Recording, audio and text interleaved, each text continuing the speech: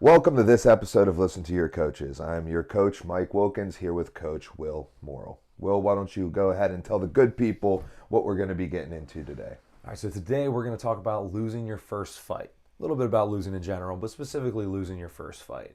We're going to talk a little bit about like what that means in your actual fight career, what it means mentally to the fighter, and then we'll talk about some examples of fighters who lost their first fight and what they may have done with their career. Okay, so to start us off, do you feel it's important to have experience in a subject you're talking about? I mean, like to a degree, but Well, in that case, I got to get out of here. you didn't lose your first fight. Nah. I'm not a loser. I also didn't lose my first fight, but I still think that we're qualified to talk about this. Yes, I agree. All right, let's get into it. All right, so first things first. What do you see with fighters who lose their first fight? What that kind of like means to them versus what it actually means in terms of their career. And let's start with talking about losing your first amateur fight. Okay, so I think sometimes fighters view it as like a make or break moment. I did. Okay, I put probably undue pressure on myself, into which I honestly was in a position where during in my first fight, if I lost, that was I was gonna move on from the sport. You were in my done. first fight. Yeah. So the reason being is it was a different time back then, and although I did have a large amount of support from my family and support system, somehow I convinced myself that they thought that I was wasting my time because it wasn't even very popular then. Yeah, Right? it was still illegal in PA. It was not legal in the state that we lived in. Yeah. So wow, that seems kind of crazy to think about it like that. So yeah, so it didn't seem like a very justifiable career path at that time, 2007. The UFC was around and stuff, and there had been seasons of The Ultimate Fighter that have been out, but there were still a good amount of states where it was not legal. And it was just viewed differently than it Right, is today. yeah. And the gym structure, which is now how we make a living, right? I mean, I didn't know that could be a thing, Yeah. at that point in time. So it was oh, and this is a sport that requires you to put the large majority of your eggs in one basket. Yep. So there's a large commitment. So it's all right, do you have it? Or are you wasting your time? So I did put that pressure upon myself to where I had to win to prove that it was worth Right. that it was worth my time. The effort that you were not putting just to in. me, but to me last actually, but to my support system who would have supported me regardless. Yeah. But just I put it on myself. And I guess the big thing that I'm trying to get at with it is I felt like I had to earn my opportunity to continue, and a loss meant that I didn't earn the right to Right. continue, which is a terrible mindset to have. Yeah. Not the right way of looking at it, and even a special it holds true then as it does now, but for different reasons on why that's just wildly incorrect. Well, touch on some of those different reasons. What do you? Well, then it wasn't as bad to lose your first fight because it was the pool was so much smaller, right? That you know what I mean? If you had if you were 3-3, you were good. Yeah. You know Yeah. what I mean? You're yo, that dude's good. He's 3-3, Yeah. right? You know what I mean? So it was different then. Whereas now, not saying that you're not good if you're 3-3 or even or whatever. That's all very subjective. But generally speaking, 3-3 is viewed as The UFC isn't looking at that oh, we might want to sign this guy. right. know? Yeah. You know what I mean, and stuff like that. So, there was more room for losses then, and now, I mean, it's so widely accepted that your amateur career is for development. Yep. So it losing your first fight now Yeah. Just also means doesn't matter. nothing. I mean, it literally it doesn't matter. And I think it's important for a couple reasons because one, so our philosophy with like getting amateur fighters fights is like we want to get you a fight that's like, you know, fair, you know, but like you can win your first fight, right? And then later in someone's amateur career, we look for the toughest fights possible to try to like really Yes. test them, right? But here's the thing: is it's not like we don't know who this other 0-0 is. You know what Yeah. I mean? So like that, Right? Like, that is this first other fight- 0-0 like George St. Pierre Jr.? Yeah, exactly. Like, you know what I mean? Because guess what? He was 0-0. Exactly. Someone had So, to fight without knowing what he was about. losing your first fight like doesn't matter like on that level, and it's as well as for a number of other reasons. But like you don't know who that guy is. You know what I mean? Even if the other dude was 0-1, like you don't. It just doesn't mean anything. Yeah, Yet, as you're gonna, you know? as we're probably gonna touch on, like there were some really good 0-1s. Yeah, some really good ones. All right. So like, even moving forward with that, like the mentality of it and stuff, like, other than just that winning is fun and generally good because it's the goal. Why do you want your fighters to win their first fight? I think it's kind of what you were touching at. It's like it gives you that proof of concept that what you're doing isn't a waste of time, and that like it holds value, which is a bummer, especially for an amateur fight that like 6 minutes determines what the last like year or two, Yeah, you know, of build up to Exactly. that, of preparing yourself to do that. Yeah, and that's the thing too. And like, you know, there's like both sides of the coin. It's like, you know what I mean? Like if a fighter goes out and loses their first fight, and uses that as motivation to improve and stuff like that, like that's great because you see like someone who's really about it, right? But also someone who wins their first fight, in my experience generally, is also enhanced motivated, like because like the proof of concept, you know, like one of the things that I had in my career, like you always like you're in training camp, you're beat down, you're tired, whatever. It's the last couple weeks, and you're like, dude, like part of your mind is like, I can't wait until after the fight where I can take a break. Yeah. Right. And you're like, I'm taking that whole week off. I'm eating pizza every night, like stuff like that. Right. And then you win the fight, and next thing you know, you're in the gym on Monday because you can't stay out. Yeah, You're you're so all fired motivated. up. Yeah. You're so motivated. You're so proud. You're so motivated.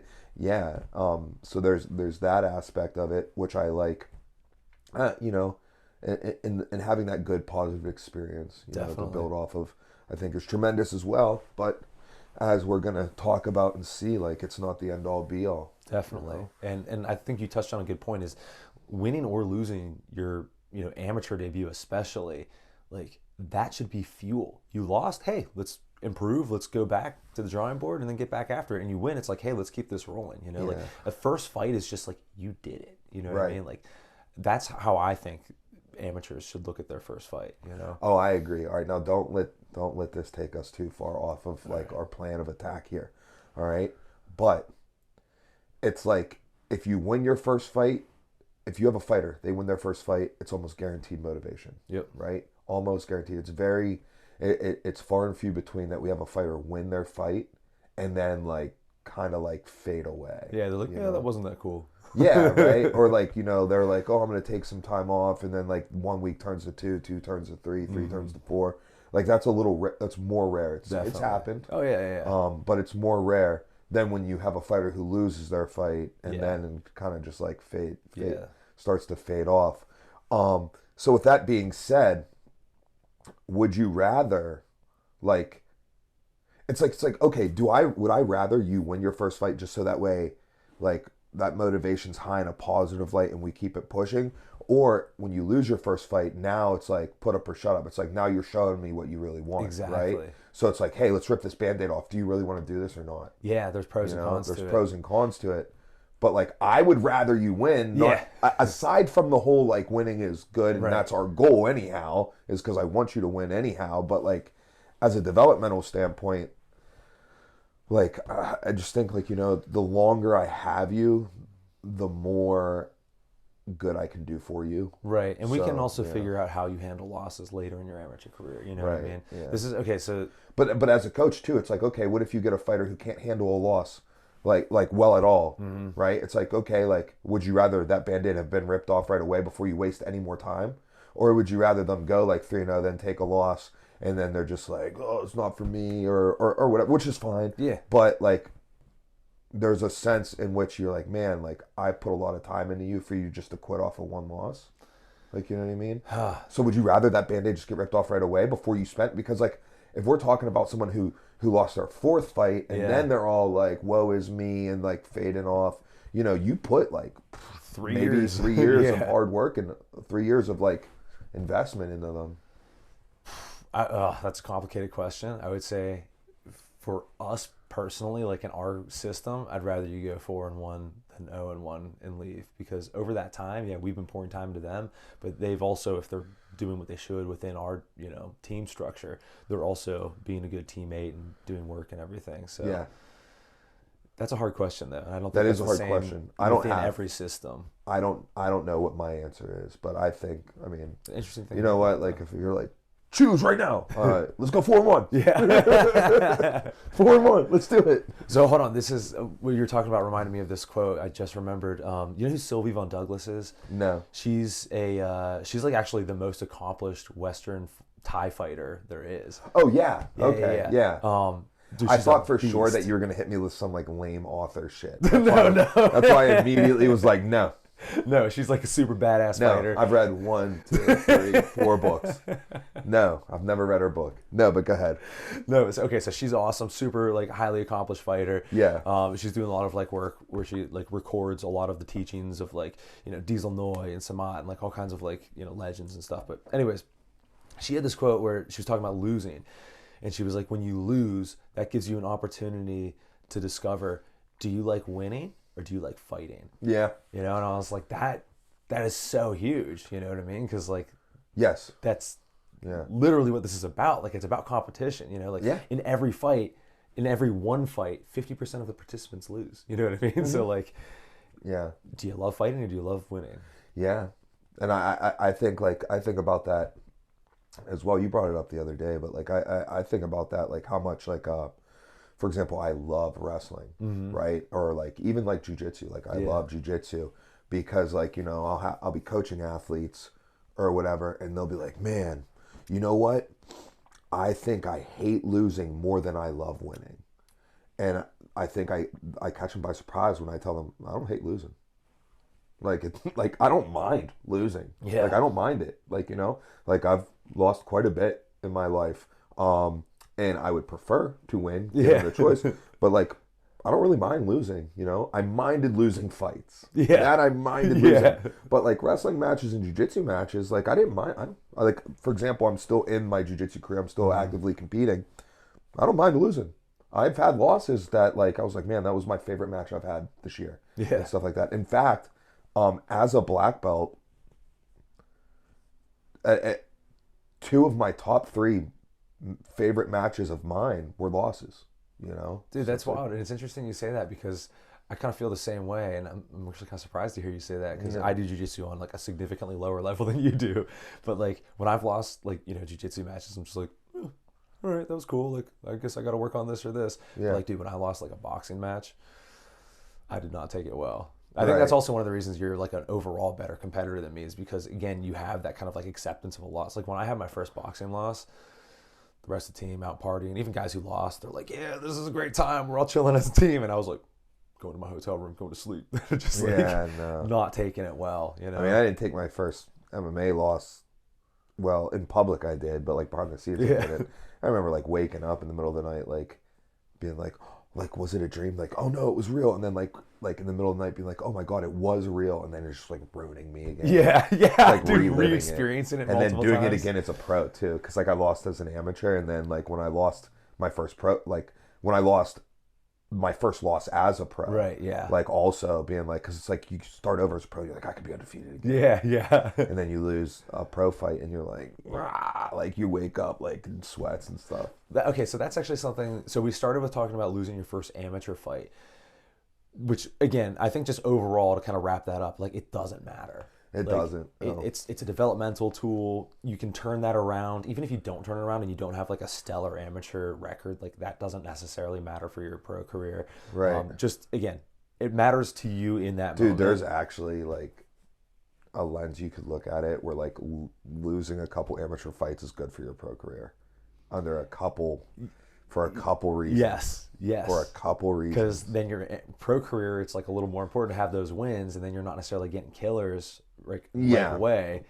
Yeah, where the stakes are a little higher, you know what I mean? Like, you leave your amateur career like freaking 10-0 or whatever, Yeah, 10 dude. and 0, all first round knockouts. Yeah, good luck getting the fight a debut as a pro, Yeah. right? Like, it's like, oh, well, none of these guys will fight you, so now you have to debut against a guy 4-0 pro Yeah. already. At a Pro. catch weight, 2 weight classes above you. Yeah, dude. And it's like, why did I do that? You know what I mean? So there's like a little bit of benefit to like, you know, that, and like, you know, just like, you know, like for growing pains and stuff, like and just different experiences to have them as an amateur. Right. So there are some like bright sides to Yeah, it. for sure. Again, we get that. If you go out and win your first 3 in the first 30 seconds, submission, knockout, submission, it's like, all right, well, I don't even know what we're going to work on with you now. You know what I mean? Like Yeah, like data collection too. Yeah. So there's some silver Like in an linings to example losing. like that, it's like, okay, how good's your cardio under the lights? Yeah, Because yeah. cardio in the gym and cardio under the lights are two separate things, right? Mm-hmm.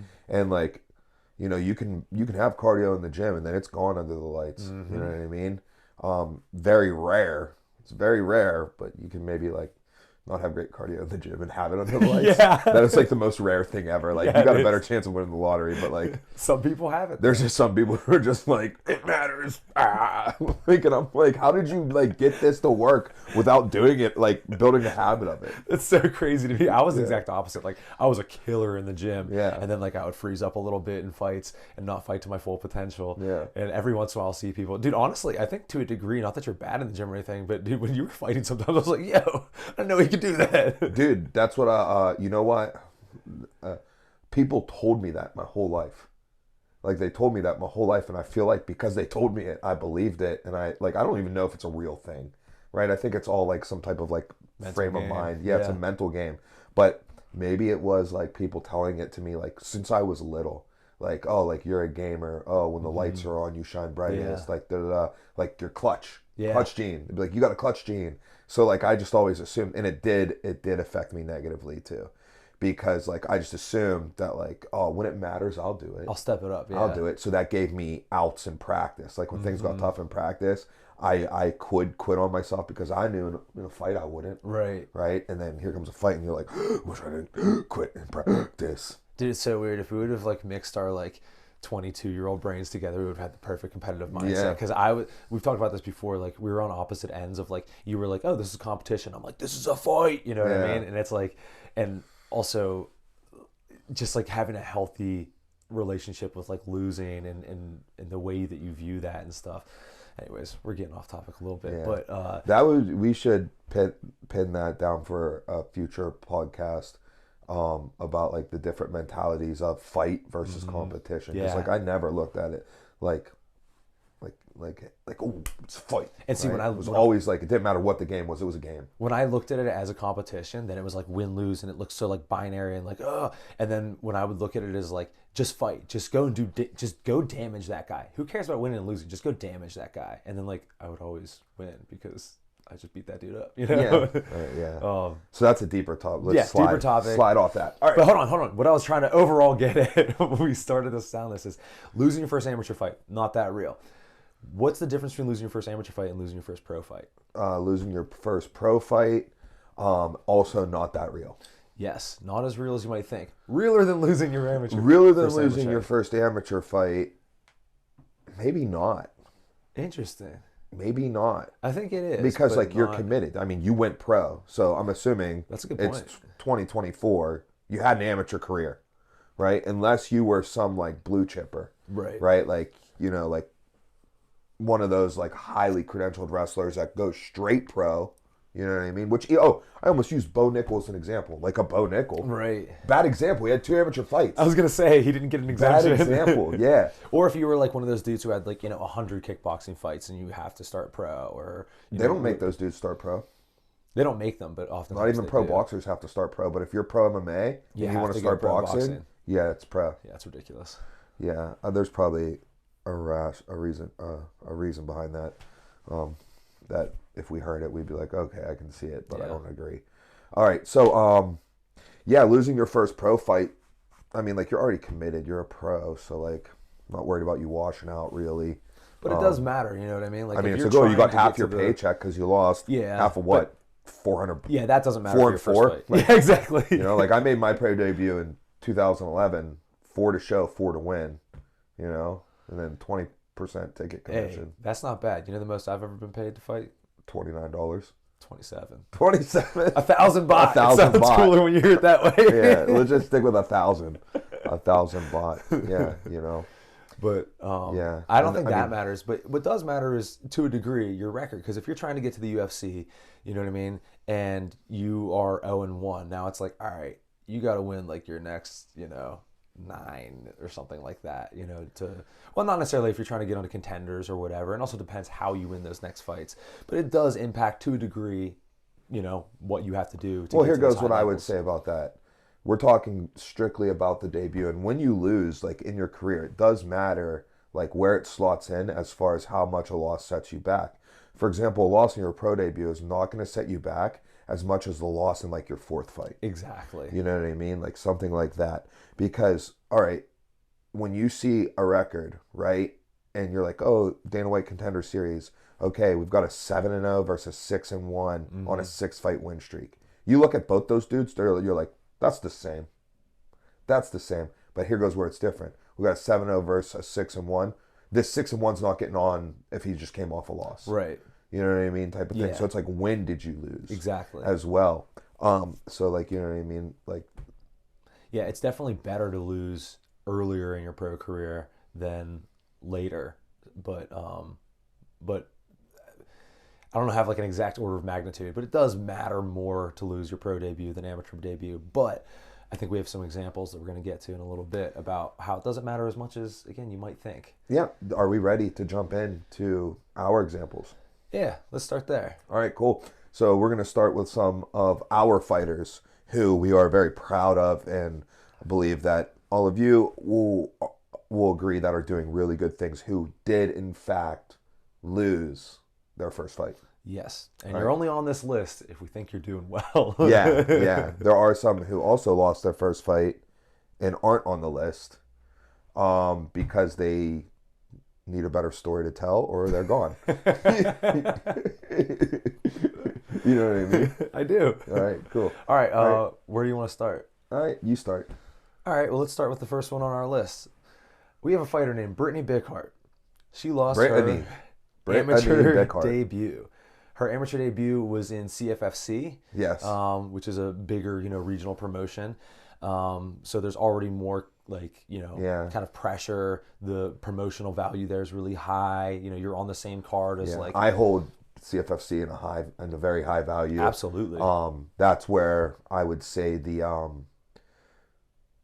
the heat of my pro career took place in the CFFC. That's where I really made a name for myself. I feel was in the CFFC. So I'm very, very proud to be I consider myself like a CFFC fighter. Right, exactly. And I'm really proud of it. Oh, for sure. And I think that the level of the CFFC is super, super high.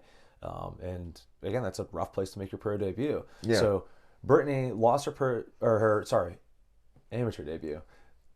Brittany lost her amateur debut, and if I remember correctly, the first round was close. The second round, she spent too much time in the bottom trying to hang on for an armbar or triangle. And the third round, also semi-close-ish. Semi-close-ish, yeah. First and third rounds were close. She hung on to an armbar in one of the rounds. I didn't even really have it committed to memory, but her opponent had a little bit more experience than her. I think she was 2-0 at the time. Yeah, I think maybe 1-1. Yeah, she had 2 fights. Yeah. But and it was one of those ones, it's circumstantial, do we even take the fight? But it's it was tough finding, a fight at that time. Because it was right off of the back end of COVID too. Yeah. So there wasn't a lot of fights happening, on top of the pool for Brittany to fight was a little smaller at the time. So took that fight, and she just didn't perform great either. You know what I mean? Yeah, she didn't Which perform to turned her out to be potential. it's one of those examples of someone answering the call to a loss. Yes. Right? Just Yeah. you know what I mean? Saw the mistakes, realized the mistakes, worked hard to fix those mistakes, often does callbacks to that fight to maybe re-spark some motivation, and things like that. And then she goes on a 4-fight win streak, just a tear, fighting in 3 different states, against very tough competition. Getting some finishes. Winning an amateur title. Getting some finishes. Winning an amateur title over a very, very tough competitor, as well, who was undefeated at that time. And now, is making her pro debut. Was scheduled to make her pro debut twice. Once last September for LFA on a short notice, in which her opponent withdrew the fight for no valid reasons. And then was supposed to then make her pro debut in December, in which her opponent received a post-dated suspension from a prior fight to eliminate that fight from happening as well. So still on the grind for that. But, the progress that we've seen since then, I believe that was March 21 to now. So we're not even 3 years removed. Yep. Not even 3 years removed and from that. She, like you said, is a really good example of someone who took that loss and was like, all right, that's not happening again. But she loves to fight. She doesn't just love to win. She loves to fight. Yeah, she loves to fight. And she was like, I didn't perform as well as I know I, could have. And she also understands like kind of the situation. The bright lights, this is a big promotion. She's fighting, a more experienced fighter in her, amateur debut. And she just kind of like took that information in and just made it all positive. And, I feel like something that has changed in her since that fight, which has led to the drastic improvement, was her view on what makes you better, on what makes you good. I think that at that time, it was maybe just like working hard. Like, I'm getting tough and I'm working hard. I'm showing up to practice at 5:30 a.m. I'm practicing all night. I just just grind. Just grind, work hard, get tougher, get stronger, get in better shape, and just grind. And since then, I think she's really embraced technique and understanding that, like, oh, an inch this way makes a huge difference. Yep. Oh, and it, like, you know what I mean? Exactly. Like, just like the tiny details, and you're like, yeah, like, it takes all this effort to finish this takedown, unless I slide just 3 inches to the right. Yeah. Now they just fall down nice and easy. Yep. You know what I mean? So, like, really diving into understanding how technique, embracing the intricacies of the technique game. is the most important. Yes. The most important portion of the game. 100%. Yeah, and she's really maybe second. That. Maybe mentality is, because you need the mentality to embrace the technique. Yeah, exactly. Yeah, but like, yeah. We can wrap that all into one though, and just Yeah, for sure. So also, fun fact about Brittany, and something that I think really helped her out. Do you remember who gave her a really good speech after losing her first fight? Yeah, Tyson Chartier. Yeah, dude. Talk about that a little bit, because I was like, no, I didn't catch it. You caught it. I didn't catch it because I was like, not only did I I almost didn't too. I was busy being sad. So I was back, after she loses, we're in the back, and again, it's during COVID, so like people are wearing masks, so I don't even recognize. Is he on the list? Time out. Freeze. Pause. Nope, not on the list, so we're going to add somebody. Yeah, I know what you're thinking. So we're in the back, and Brittany's all bummed out, just lost this fight. And again, it's like COVID fights, so I didn't even recognize Tyson Chartier is wearing a mask. And I'm just like, oh, this other coach is talking to Britt. And I'm not really paying attention. I think he's just going to like say like a couple words like, hey, you fought really well. Don't get too discouraged or whatever. And I like kind of hear that he's like giving that message. But I'm not paying too close attention. I'm just like packing up our kit and whatever. And they're still talking. I go over and I start catching some of the conversation. And he's like going in depth and talking about like things she did well and just like being the coolest dude possible. Yeah. And I was like, wow, this is like such a good speech.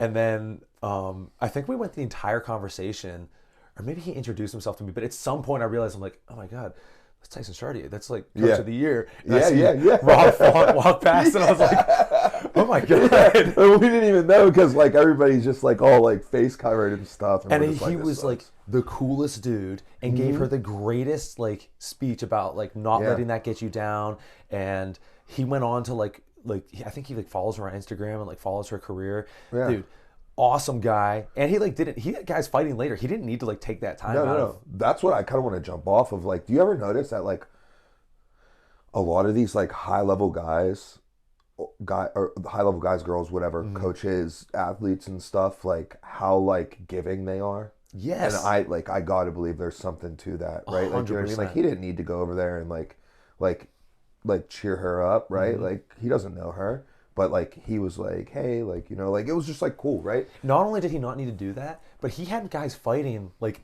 pretty soon. Like he's got stuff to do, and he like took time out of what he could have been doing. It's one thing if Yeah. like you're like, oh yeah, everyone fought, I'm gonna take some time and like be cool, but like no, he had stuff going on, and he still took that time to be cool. Yeah, it was like really, really awesome. I have another instance of that with Glover Teixeira. Oh yeah, yeah, yeah, yeah. So yeah, one of our fighters, Josh Olson, fought getting COVID times versus one of Glover Teixeira's students, and you know our fighter lost, but he fought a good fight. And Glover Teixeira walks across the cage, gives Olson a pep talk, and like I'm just standing there, like listening, right? I'm just like not saying nothing. I'm just listening, and like you know I walk out of the cage like, dude, I'll never root against him. Yeah. Never. Not like, dude, I would never root against Glover.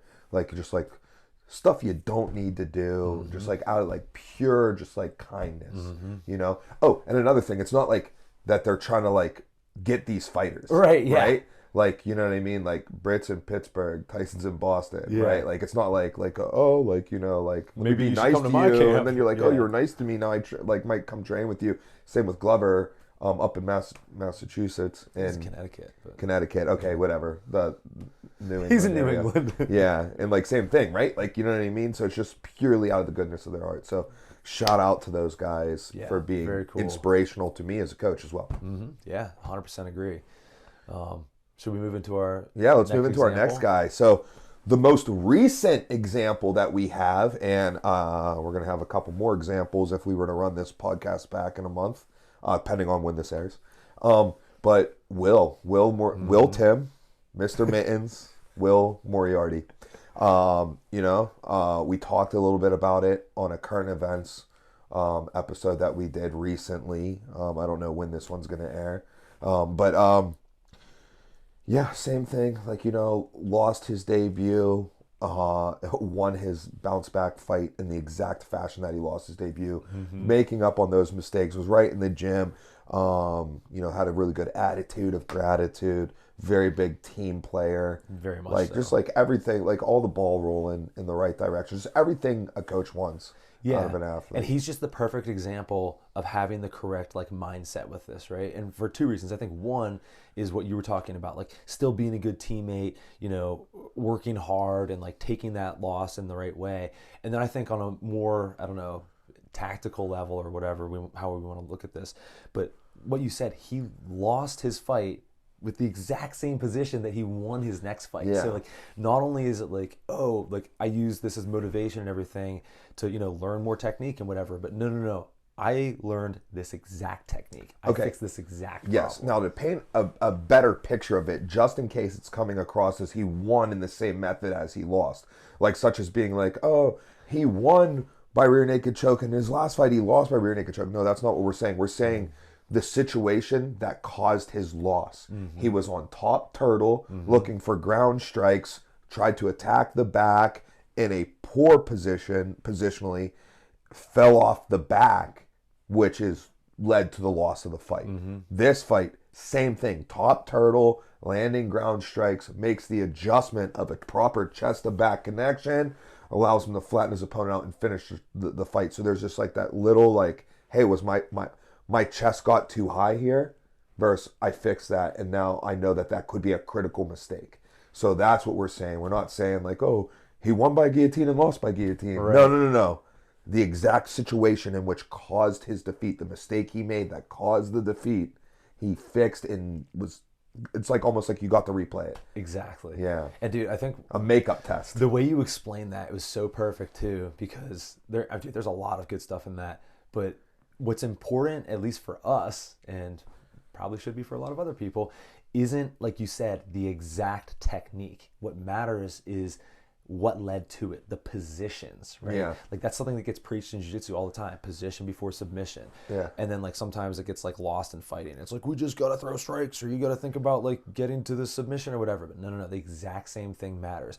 Dominating position. How he finished the fight is almost irrelevant. You know what I mean? If he would have got, he won tap out due to strikes. But if he would have gotten a rear naked choke there, or transition to a triangle or whatever, that doesn't matter. What matters is positionally what he did, what led to the win. Yeah, for sure. Like, I think a metaphor popped in my head. This might not fit.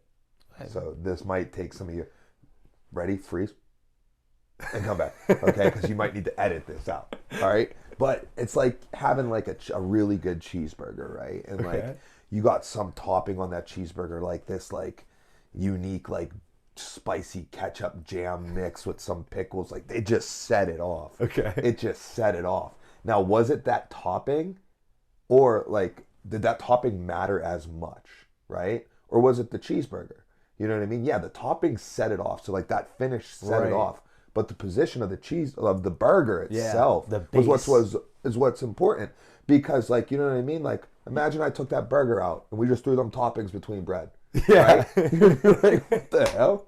Right? So those toppings don't matter without that beef. Exactly. You got to have a good burger before you worry about the toppings. Yeah, so I don't care about you catching this arm lock, this choke or whatever. If you don't have the position, like you ain't gonna get it. Yeah, we as coaches, we don't care what condiments go on the burger. As long as you got a quality burger, everything else will take care of itself. The rest of it's just style. Yeah, that's it, right? You know what I'm saying? Now, some of that style can set it off. Yeah, for sure. Right? Like you give me some like really good pickles on that mug right there, a little crispy bacon. Man, what else I went on there? I don't know. Toasted bun. You know what I like on my burger? I like to cook my burger and then put the cheese on cold. Like after you've taken it off. Like, okay, you're grilling a burger, right? So you're on the grill. So when I grill burgers at the house, right? Boom, I'm grilling, on my SpongeBob out there, Krabby Patties. You know what I'm saying? So boom, boom, boom, comes time getting close to the end, right? Getting close to the end. What I do, I take the buns, throw the buns on that top section, close them down, get them all toasted up, right? But when I'm doing that, I throw the cheese on Katie's burger and the cheese on Mickey's burger. But I don't put cheese on mine. Mine stays just a burger. Why? Because then I open up the grill, right? The cheese is all melted nice and perfect over Katie's, over Mickey's. Boom, boom, boom. Buns go on the plate. Flap, flap, flap. Patties go on the buns. I go inside. Then I put my cheese on inside cold. I like my cheese, like... Still have a little structure to it. Yeah. I got you. It's my new thing. I just started this. I could grow... By the time this episode drops, I may have grown out of this You're phase. back on the melted cheese. Yeah, dude, I may have grown out of this phase. You know? But I'm just saying, it's a thing, and I liked it. Hey man, whatever floats your boat. I'm more of a melted cheese kind of guy, but when's the last time you went non-melted cheese? Well, never in my entire life. Yeah, that's what I thought. That's what I thought. All right, okay, ready? Do a freeze just in case we edit it out. All right, I'm not editing that out, dude. We're back. The burger stayed. We're back. All right, we're back and moving on. Shout out to Mr. Mittens, top dog. Let's go. Let's get that kid back in the cage, huh? All right, Let's get that kid back in the cage soon. All right.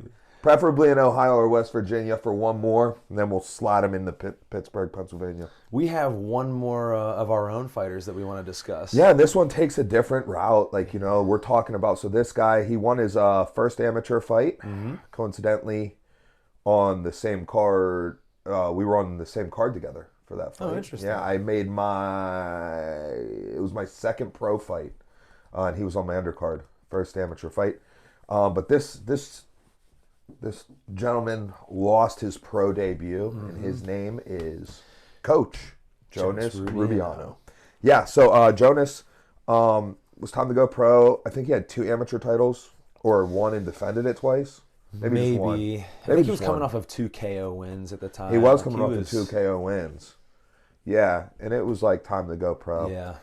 So we had a pro fight, big promotion, TKO, which was in Canada on UFC Fight Pass. And he lost by knockout. Yeah, right? Like, he fought a guy up a weight class for him that he did. We should talk about this. Hold on. Yeah, let's talk about up a weight class. Like, Jonas was walking around at 137, and like you have to make 136. Yeah. And like we're up there, and I'm like, all right, like let's get this weight cut figured out. And he's like, all right, yeah, man, I've just like got a pound to lose. Like, what do you think? Just like shadow box in the room or like whatever. And I was like, what? He's like, yeah, I'm 137.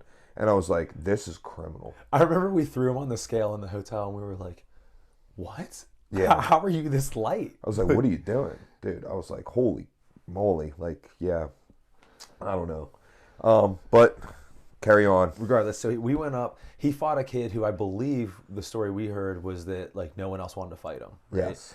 And the It kid was was short a notice as monster. well. Short notice. We go up there. I had to drive through the middle of the night to, where'd we go? Montreal? Where'd we go? Where was this fight? Montreal. Yeah, I drove through the middle of the night. And fun fact about that, about 4 hours before we started driving, I You just got off a got flight from Thailand. Flight from Thailand. So I'm like, come Jonas just got off of work, which is why we had to drive through the middle of the night. Because you got off a flight, and then Jonas. No, that's a different thing. I'll spill the tea on that. All right. I'll spill the tea on that. Also, so it was a pro fight, but we didn't have a work visa. So when we're coming through the border, right, we got to be like, oh yeah, we're going to visit some friends. It's tourism, right? So I'm like thinking, I'm like, man, we're driving through the middle of the night to Montreal, right? And I'm like, all right, so we have to, because Jonas is still working. Will's getting off this plane. Like, we should probably be driving through the day. I can't see well at night, you know? I'm like, there's all ants, and it's January 5th. Yeah, dude, it was blizzards. Yeah, it was like literally like all the dumbest stuff. So I'm like, okay, like the best route would be for us to like go up through New York, like to upstate New York, and then jump over like pretty close to Montreal, which is the way we came home. That way, so for me personally, I prefer to be in the United States as long as possible, right? Like I just like as soon as I'm out, like I just feel like, you know, like Out of sorts. Out of sorts, yes. So, but I'm like, yo, like if we do that, we'll be crossing the border at like 3:30 a.m. Yeah. And then we're gonna be like, yeah, we're gonna visit some friends and stuff. Like I'm like, that just seems like shady to me. And I was like, but if we drive up and we cross at Niagara Falls and then drive through Canada around Lake Erie and drop in, makes it like a little bit longer of a drive. I'm going to be way more uncomfortable because we're in Canada like more and stuff like that. But we cross the border at what would seem to me as a more reasonable time, like 9 p.m., right? 9:30 p.m. So yeah, and we did that because of not having a work visa. We had to be like, yeah, we're going to go see some friends. Yeah, we're at Montreal. They're like, why are you over here? We're like, I don't know. We could GPS. We could do a whole episode just about that trip and just like oh my god, wild stuff. Yeah. In case we ever do a cliff note, we were at a hospital in Canada, and we're in a waiting room, waiting, and there was another person in the waiting room with us who was shot in the head. Dude just had a bandage around his head. Yeah. We're like, what's up? He's like, I got shot in the head. We're like, dude, why are you waiting? I'm like, I'm out of here, dude. I'm out of here. I can't do this.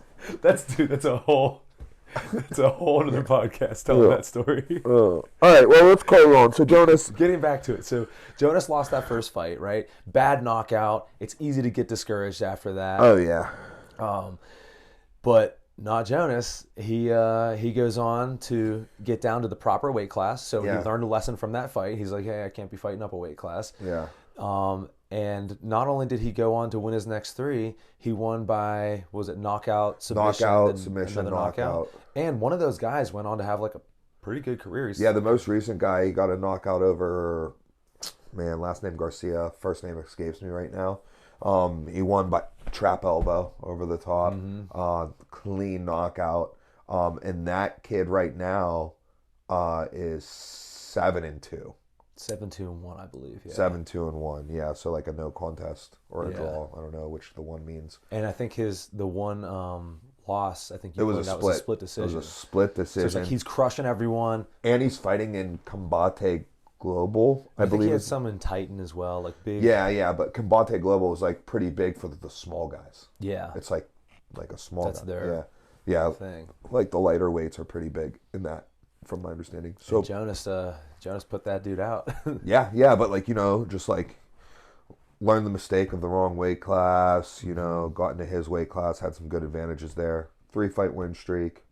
And I think I calculated this at one point. I think in Jonas's entire pro career, his total cage time is like 11 minutes. Yeah, in 4 when fights. It could have been like scheduled for an hour. Yeah. Right, four fights, 3 5-minute rounds scheduled. So you're scheduled to fight for 60 minutes, 11 minutes. And how much water do you think he drank in those 11 minutes? Oh my god, that's a ridiculous amount of water. Only made it to the second round once. Yeah, I guess. So, yeah. Oh, and hold on. Which fight went to the second round? That was the McKinney fight? No, I think it's the one that he won by triangle, I believe. What about the McKinney fight? Didn't that go to the second round? I think it was first round. I think he finished him at the end of the first. Oh, okay. I could be wrong about that. Yeah, I would like to see that, but I didn't corner him for that fight. So That's that was right. the It was me and fight that- Rocky. Yeah, because I fought that night. That's right. Yeah. I was literally 2 fights later. That's right. So Jonas was Jonas, I don't know, and then someone another else, and fight. then you. I want to say Fremd. Dude, there were a lot of good guys on that card. Yeah, and then me. Yeah. Yeah, so like I wasn't in his corner. Yeah, Yeah. Wild times. wild. Yeah, But anyways, yeah, great example of how losing your pro debut, even you can go on and then, turn Yeah. that around very quickly. yeah, yeah. And you can have yourself quite a good career. Let's get into some more examples of good careers that you can have after losing your pro debut. Now, for a lot of these people that we're going to talk about, most of them, I don't know if any of them. So they come from like either A, the era, or B, just like an area. There's still some areas like other countries and stuff where there is no amateur fighting. You just go pro. Your fight's your fight. You know what I mean? So let's dive into that. Some notable people who lost their pro debut and likely their debut, but went on to have good careers. All right, so these are now fighters who we don't train, but you guys might have heard of them. You might not have heard of this first fighter.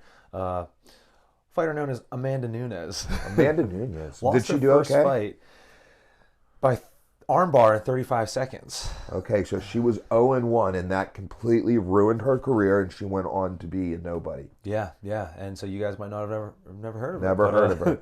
No, Never she heard of then her. went 9-3 in her first 12 fights, and then went on to be a UFC double champ on a big win streak, and is one of the all-time greats. Wins over Misha Tate, Ronda Rousey. 2 over Shevchenko. Yeah, 2 over Shevchenko. 2-division UFC champ. Currently the only female double champ. I can't think of another female double champ.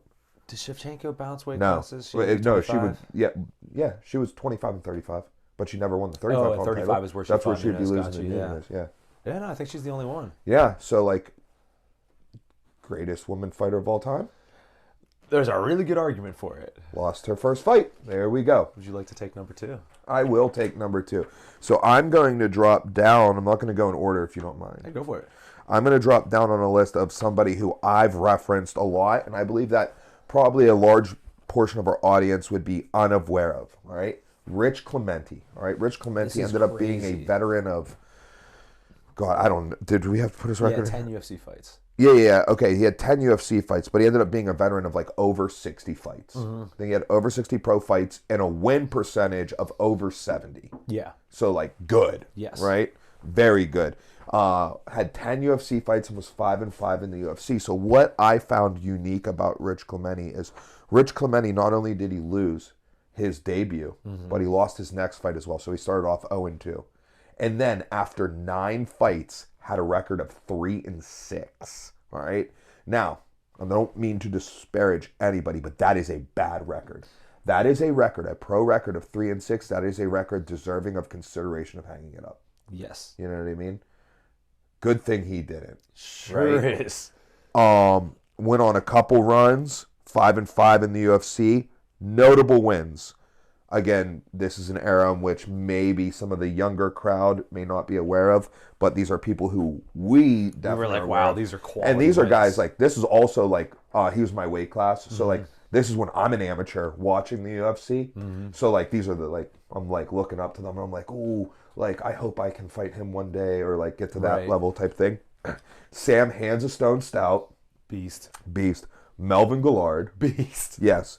And wildly enough, so Rich Clemente was a 55 or 7. He was a lightweight, welterweight.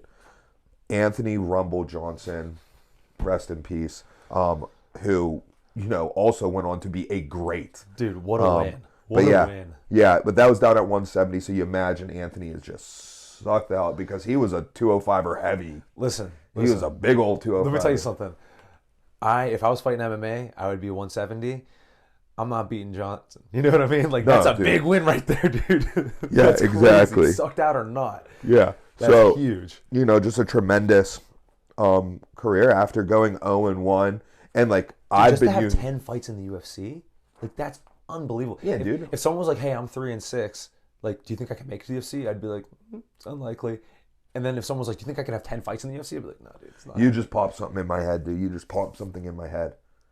All right, so there was recently an interview. So a world. So I'm going to dive into wrestling. There was a world champion this past year. He wrestles for Serbia. From America, he wrestled at Michigan University, of Serbian descent. So Right, yeah. can wrestle for Serbia.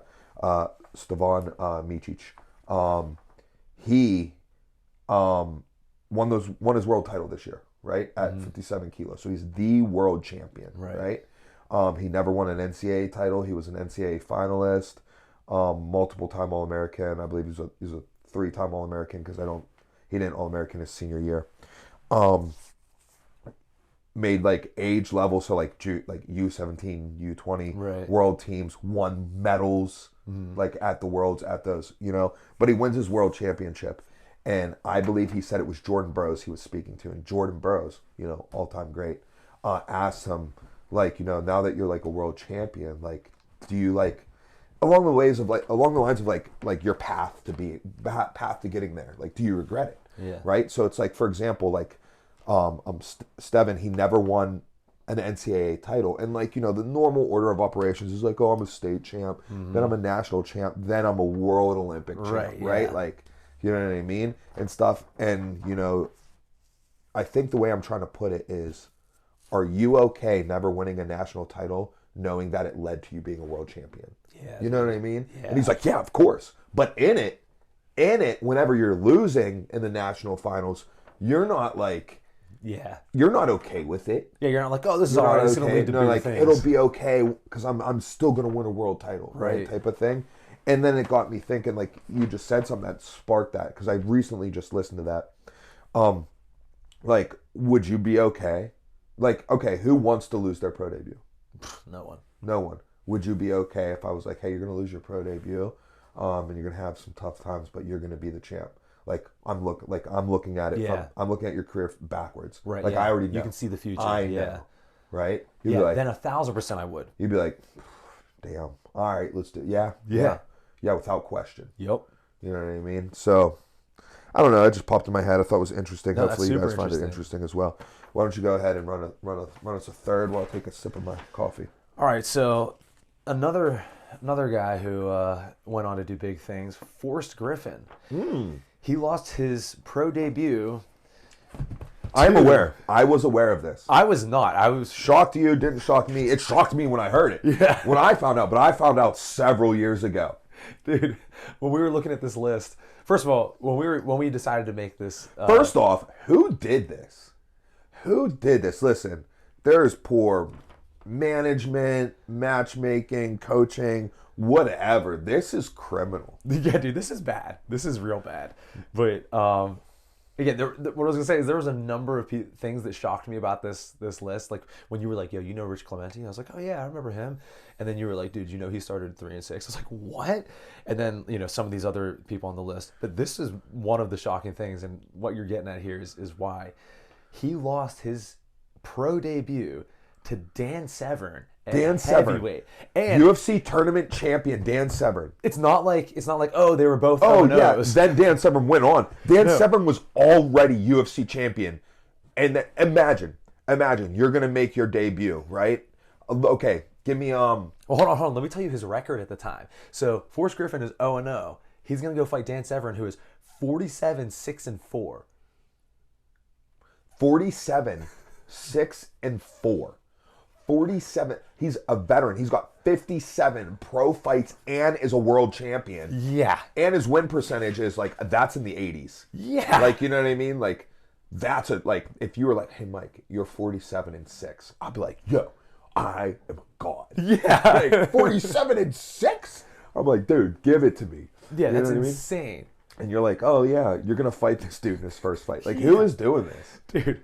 Only someone who... So Forrest Griffin doesn't count on the list because you're supposed to lose that fight. Yeah. Well, also, I mean, I think that's kind of like... that shows his just belief in himself, because I think we've discussed this before, in his whole career, he kind of was looked at as like, oh, he's a good fighter, but he's like probably not going to go on to like win a championship. You know what I mean? Yeah, then goes on to be a UFC light heavyweight champ. Exactly. Wins the first season of The Ultimate Fighter, you know, has the fight that gets credited with like UFC success. UFC success, like, you know, that finale fight versus Stephan Bonner. The way that fight played out and went down, they both ended up getting the contract off of it. But it was like, you know, like it was like the perfect fight for the perfect night. Yeah. On like your It was on Spike TV. It was on Spike TV, so it was like the UFC's like pilot, Yeah. like episode or whatever, to see if like, hey, like, are you gonna get picked up type of deal. They're, you know, it was like your interview, like you're interviewing for a job. Exactly. Right, like or imagine like, you know, you're like a high school athlete and like there's recruits at your match, and you have the best match of your life. Exactly. Like that's what happened for the UFC due to Forrest This Griffin, was their Stephan Bonner. showing to a wider audience. Yeah. And Force made it happen. Made it happen. So I don't know how deeply we need to talk about some of these, but let's just run through some. Okay, here goes a good one. We talked about him earlier. Glover Teixeira, right? He lost his pro debut. Yeah. You know, by TKO. And after his first 4 fights, he was 2-2. You know, so like nothing remarkable. And then he was like, you know what? I'm sick of not being remarkable. Let me go on a 20-fight win streak and not have his next loss until John Jones for the UFC title. And to add on to that, that's something else that I think is important too, is because you were when you were talking about Rich Clementi's record, you know, if someone's 3-6, oh, you might want to hang it up. It also matters like how you lose. So if someone's like, oh, I'm 2-2, one of those losses was like, you know, by like a bad TKO. I don't know if it was bad, but like if someone's like, oh yeah, you know, I got knocked out pretty bad, I'd be like, oh, you know, that's something you want to consider, you know. But then, like you said, he was just like, nope, I'm a 500 fighter. Doesn't matter. Yeah, it doesn't matter. Doesn't matter. I went from being a 500 fighter to being an over 90%. Yeah, and over 900. Not only did he go on that 20-fight win streak, only losing to the greatest of all time. Yeah. It's not like he stopped there and he's like, hey, I had a good run of things. No, Yeah. then he goes on to become the oldest or second oldest UFC champ ever. Who was the oldest? It's a good Probably question. a tournament day one. I bet it was Randy Couture. Randy Couture. Bet it was Randy Couture. Yeah. Yeah. So like, you know what I mean? Like, there goes one. Some notables. John Fitch. You know, John Fitch also started 0-1 and was only 3-2 after 5. 16-fight win streak before losing his UFC title fight to GSP. We've got Cub Swanson. Cub Swanson, perennial household name amongst MMA enthusiasts. But he lost his pro debut by rear naked choke in only 15 seconds. Had an incredible UFC career going 29-13. Is he retired? I'm not sure, but I was just I don't about think to he's say, retired. his career has spanned like many eras. He was a WEC guy. He was, relatively early, or we can call it kind of mid. Here goes a cool stat. Luke Burdett, right? So black belt, style PGH black belt Luke Burdett fought on the same card as Cub Swanson. Oh, that's cool. Yeah, February of 2008. They fought in the IFBL 11. Oh, wow. That's awesome. Yeah, I was supposed to be on there. Tore my MCL, coaching wrestling. Some wrestlers ran into the side of my knee. Yep. But I fought on IFBL 10. That's when I made my debut. Oh, that's December of 2007. So got a little bit of memories of that. So yeah, we've got champion Henan Barao. Yeah. Henan Barao. Yeah, just like such high level people. High level people. Here, I'm going to send it over to you. So you can kind of like throw some more heat out there. What do we got left here? We were at you got your Barao. Okay, so all right, here's another big one, Jacare. Ooh. And what's interesting about him is it's not like he came out of nowhere and he's just an 0-0. Like, no, this dude is already multiple time world champion. So I could probably excuse his first loss then. Yeah, because he had to fight a guy who he's making his MMA debut likely against somebody with who's very seasoned, because he can't get a regular debut because he's so highly credentialed in his single art. But I think one thing sometimes that we see when someone is really, really good in another combat sport and they come to MMA and they don't have the success, and sometimes they kind of peter out. I'm trying to think of an easy example, like Tyrone Spong. No one else pops off in my head, but there are examples of guys who are really good and then they get into MMA and they don't do so well and they kind of peter out. but like he didn't let that discourage him. And then he goes on to become a Strikeforce champ. Yeah. You know, good UFC fighter. You know, that's incredible. You want to bang through a couple bang more through here? a couple. All right, so Chris Cyborg. Everybody obviously. knows her. And actually, dude, you know what? Maybe I'm remembering this wrong, but I think I saw a video of this. And if I'm off, then this is just wildly inaccurate. But I believe she lost by double armbar in her first fight. I might be So wrong. she had about that. like a heavy Muay Thai background, so I believe like She probably also had to came fight. in. Well, I mean, I'm not saying she had to come in against a killer, but like, you know what I mean? Like, like maybe there was a delusion that her Muay Thai or her kickboxing, whatever you want to call it, Right. was going to carry her, and she didn't need Right. jiu-jitsu. Which is also an important lesson. Andrei Arlovsky. Wow, an UFC. all-timer. Yeah, exactly. And he lost his first fight to a guy named Datsik, who is Oh. an absolute lunatic. We Yeah. don't have time to dive into it, but if you want to see some wild stuff, check out his Wikipedia. Rafael dos Anjos, Ooh, also a champion. made it to lightweight champion and a welterweight top contender. And also just like, again, one of those dudes who, even if he didn't have those fights, just like stellar career. And Dan Hardy also Right. lost his first fight and then went on to be a, fighting for a title. I just banged them all out. Yeah, that's cool. But we have one more here. We have the aforementioned Rob Font. Oh, I almost Also forgot. Yeah. lost his debut, according to Tyson Chartier, in his speech to Brittany. So we did not fact check that, but like, why would he lie? You know what I mean? But yeah, and then Rob Font also gave some words of encouragement Yeah. to Brittany as well on that night. Brittany as well on that night. So, like, really good names here who lost their first fight. So just like more examples of like why I hope it doesn't discourage you if, things don't go exactly the way that you want them to go. You can stand up, rebuild, It feels like the end of the world, but it's not. It's not, and hopefully some of these examples prove that.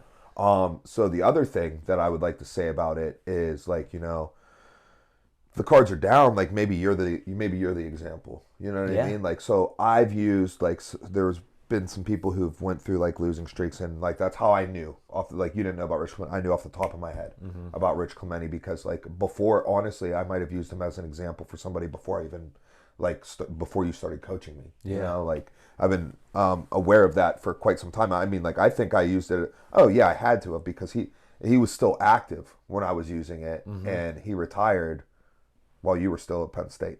Okay. Yeah.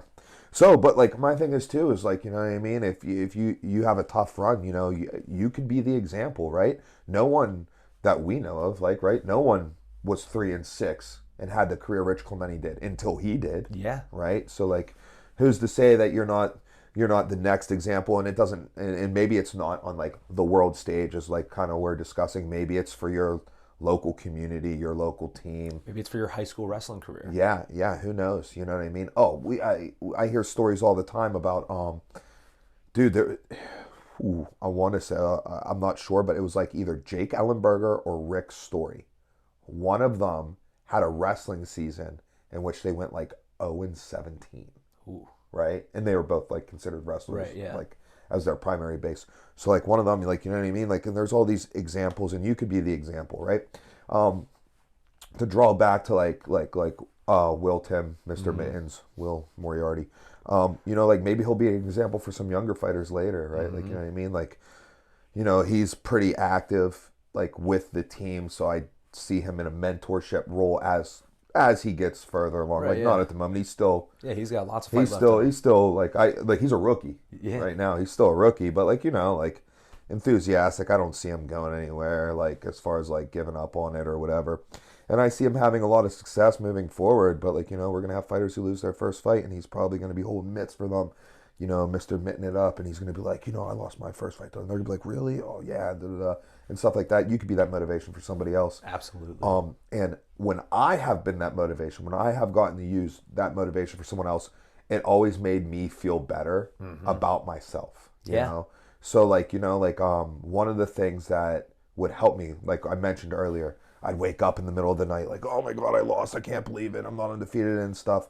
Some of the things that made me feel better was like, oh, like, I'm going to use it. Like I got to use it for this person. I got to use it for that person, like, if someone had to bear the burden of learning the lesson, I liked that it was me, Yep. right? And there's element of like kind of like scapegoatness with that, like, you know, like maybe it's like a crutch, but sometimes you need to lean on something.